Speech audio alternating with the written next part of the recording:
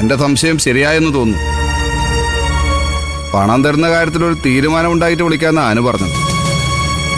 പക്ഷേ അതിന് ചിരങ്ക സമ്മതിച്ചിട്ടുണ്ടാവില്ല. അതാ അനു വിളിക്കാത്തത്.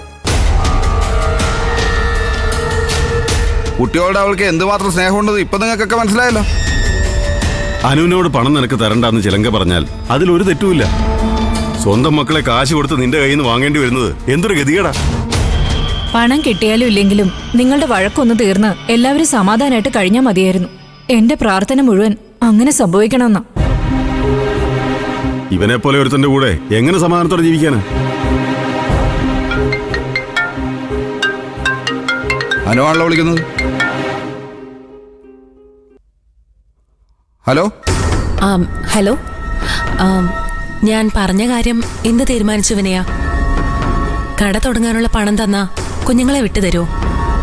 അത് ഞാൻ സമ്മതിച്ചാണല്ലോ. അല്ല, അതൊന്ന് ഉറപ്പിക്കണമല്ലോ. അതിനാ ഞാനൊന്ന് വിളിച്ച് സംസാരിച്ചത്. വെറുതെ ഇനി സംസാരിച്ച് സമയമൊന്നും കളയണ്ട. പൈസയുടെ കാര്യം റെഡിയാണെങ്കിൽ പറഞ്ഞാൽ മതി. വിനയൻ സ്വർണം പണയം വെച്ചെടുക്കാൻ നോക്കിയത് 15 ലക്ഷം രൂപയല്ലേ? അതെ. അതിൽ കുറച്ച് ഒരേ എമൗണ്ടിനും ഞാൻ സമ്മതിക്കില്ല. 15 ലക്ഷം മുഴുവനായി ഒരുമിച്ച് തന്നെ തരാൻ പറ്റുമെങ്കിൽ മാത്രം നമുക്ക് ഇക്കാര്യം സംസാരിച്ചാൽ മതി. ഹലോ. ഹലോ. ഹലോ. എന്തേ മറുപടി ഒന്നും പറയാത്തത്? അത്രയും പണം ഇല്ലേ? ഉണ്ട്. 15 ലക്ഷം തരാം. പക്ഷേ അതോടെ എല്ലാം കഴിയണം. കുട്ടികളെ വിട്ടു തരണം. ഞാൻ വാക്ക് മാറ്റില്ല. പക്ഷേ പണം കിട്ടിക്കഴിഞ്ഞേ കുഞ്ഞുങ്ങളെ ഞാൻ തരും. നിങ്ങളാരെയും എനിക്ക് ഒട്ടും വിശ്വാസമില്ല. ശരി, സമ്മതിച്ചു. പണം കിട്ടിക്കഴിഞ്ഞിട്ട് കുഞ്ഞുങ്ങളെ തന്നാ മതി. ശരി.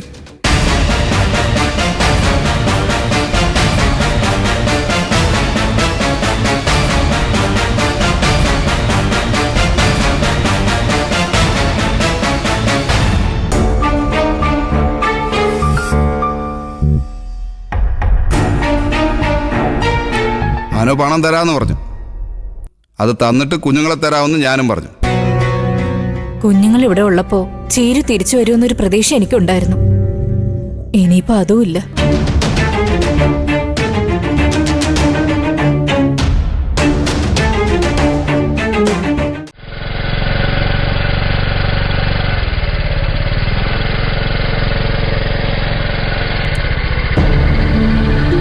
ആഹാ, മോനെ ഇന്ദിര വാ.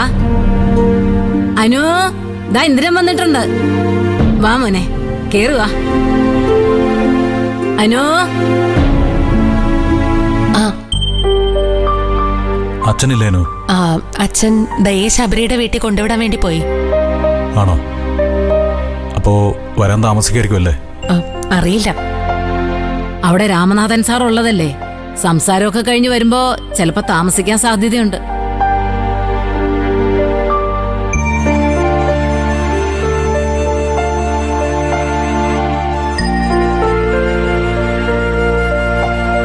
എന്താ ഒരു ടെൻഷൻ പോലെ?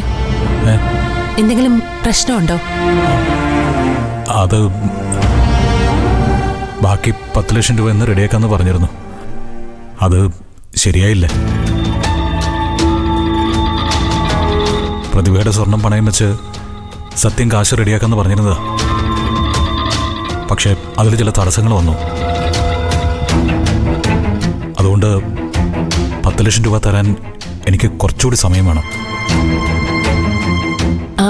അത് സാരമില്ല ഇന്ദ്രേട്ടാ. ഞാൻ ആ കാശ് വിനയന് കട തുടങ്ങാൻ കൊടുക്കാൻ നേരിട്ടിട്ട് കുട്ടികളെ ചിരുവിന് വിട്ടുകൊടുക്കാൻ വേണ്ടി ആവശ്യപ്പെട്ടിരിക്കാം. വിനയന് 15 ലക്ഷം രൂപ മതിയാവും. അത് അക്കൗണ്ടിലുണ്ടല്ലോ. അതുണ്ട്. 15 ലക്ഷം റെഡിയാ. എപ്പോ വേണമെങ്കിലും കൊടുക്കാം. അത് മതി. വിനയൻ ആ പണം കൊടുത്ത് കുഞ്ഞുങ്ങളെ ചിരുവിന്റെ അടുത്ത് എത്തിക്കാം. കുഞ്ഞുങ്ങളെ കാണാതെ ചിരു ആകെ വിഷമത്തില്ല. എന്നാ ഉടനെ തന്നെ ഞാൻ 15 ലക്ഷത്തിന് ചെക്ക് വിനയന് കൊണ്ടു കൊടുക്കാം. ഉച്ചവനെ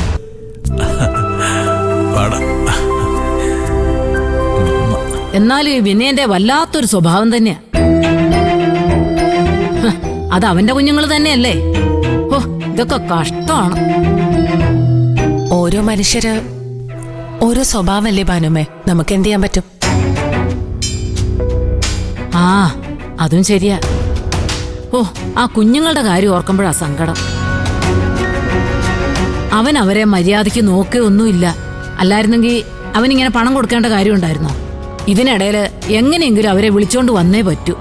ചീരുവിന്റെ സങ്കടവും നമ്മൾ മനസ്സിലാക്കണമല്ലോ. ചീരുവിന് വേണ്ടി എന്തെങ്കിലും ചെയ്യാൻ നമ്മളല്ലാതെ വേറെ ആരാ ഉള്ളേ? ആ, അതെ.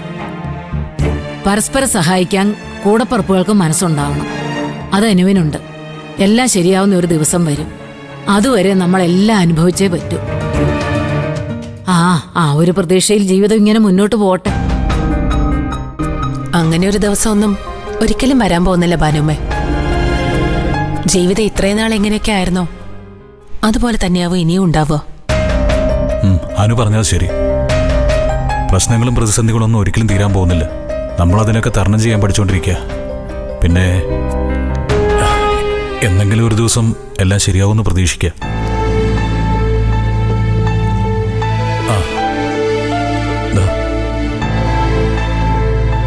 ഞാനൊന്ന് ഇറങ്ങട്ടെ. വിനയനെ പോയി കണ്ട് ചെക്ക് കൊടുത്തിട്ട് കാര്യങ്ങൾ സംസാരിച്ചിട്ട് വിളിക്കാം. ശരി ശരി ഭാനുമേ. അവനെ ടാറ്റാ. ടാറ്റാ.